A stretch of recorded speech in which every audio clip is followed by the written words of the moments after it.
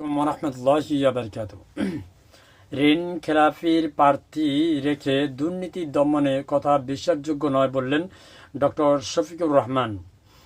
নির্বাচিত হলে দুর্নীতি টিটু চেপে ধরা হবে, বিএনপির এমন প্রতিশ্রুতি নিয়ে সংশয় প্রকাশ করেছেন জামাতে ইসলামী আমির ডক্টর শফিকুর রহমান।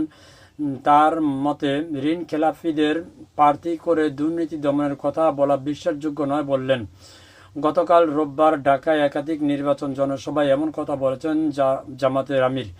এর আগে বেলা 1টার দিকে চট্টগ্রামে জনসভায় বিএনপির চেয়ারম্যান তারেক রহমান বলেছেন, বিএনপি নির্বাচিত হলে দুর্নীতির টুটি চেপে ধরা হবে।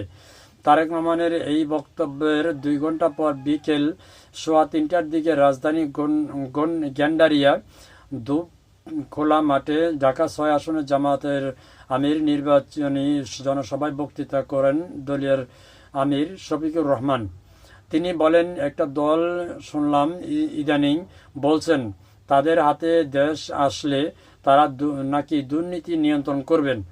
যাদের সংসদ সদস্য প্রার্থী 39 জন গুরুতর ঋণ খেলাফি কায়দা করে তাদের বানানো হয়েছে ক্যান্ডিডেট প্রার্থী। তারা বাংলাদেশের মানুষকে দুর্নীতি মুক্ত করবেন বলছেন। এরপর সন্ধ্যায় বকশীবাজারের সরকারি আলিয়া মাদ্রাসার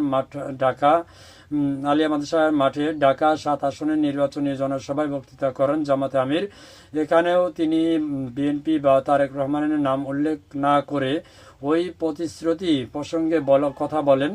শফিকুর রহমান বলেন, বগলের নিচে ঋণ খেলাপির নিয়ে সংসদ নির্বাচন করেন আর জনগণকে আপনারা ন্যায় ইনসাফের বাংলাদেশ উপহার দিবেন, এমন সমস্ত ঘুম পাড়ানো মন্তব্য মনোবলনা গান আর চলবে না বললেন ডক্টর শফিকুর রহমান। তিনি বললেন, যারা বলছেন দুর্নীতি মুক্ত বাংলাদেশ উপহার দেব, তারা নিজেদের আগে দুর্নীতি মুক্ত করুন, তারপর ঋণ খেলাপির দুর্নীতি মুক্ত বাংলাদেশ গড়ে তোলার স্বপ্ন দেখুন। তো জনাব তারেক রহমানের এমন বক্তব্যে ডক্টর শফিকুর রহমান এমন বক্তব্য করলেন। আসলে দুর্নীতি মুক্ত আমরাও বাংলাদেশ চাই, আসলে কি বাস্তবতা তাই হবে? এটা হচ্ছে প্রশ্ন। তো জনাব তারেক রহমান চট্টগ্রামে যে বক্তব্য দিচ্ছেন যে বিএনপির হাতে ক্ষমতা আসলে দুর্নীতি যারা করছেন বা ঋণ খেলাপি যারা করছেন বা দুর্নীতিগ্রস্ত যারা আছেন তাদের টুটি চেপে ধরা হবে। তো এমন বক্তব্যের পরিপ্রেক্ষিতে ডক্টর শফিকুর রহমান বললেন, যারা দুর্নীতি নিজের বগলে নিয়ে ঘুরেন তারা বলেন দুর্নীতিকে টুটি চেপে ধরা হবে।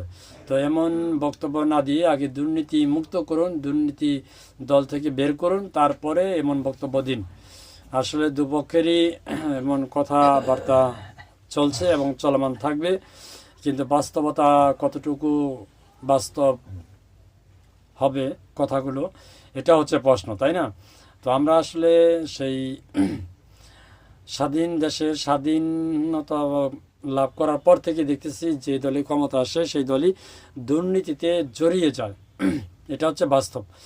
তো জনাব তারেক রহমান যদি তার নিজের কথা অটল থাকেন এবং নিজের বক্তব্যকে বাস্তবায়িত করার চেষ্টা করেন, তাহলে আমরা মনে করব অবশ্যই ভালো, তাহলে আগামী দিনের বাংলাদেশ ভালো হবে। তবে এক্ষেত্রে প্রশ্ন আসলে কতটুকু বাস্তবায়িত হবে, এটা হচ্ছে প্রশ্ন। দেখা যাক। আমরাও চাইবো যে তারেক রহমানের কথা যে দলীয় ক্ষমতা আসুক সেই দলের জন্য দুর্নীতি রোধ করতে পারে। ভালো থাকবেন সবাই। আর বিশেষ করে চাঁদাবাজ তো বন্ধ হচ্ছে না, হবেও বলে মনে হচ্ছে না। চাঁদাবাজদের বিরুদ্ধে কতটা কোন দল সক্রিয় থাকবে, এটা হচ্ছে প্রশ্ন। ভালো থাকবেন সবাই। আসসালামু আলাইকুম।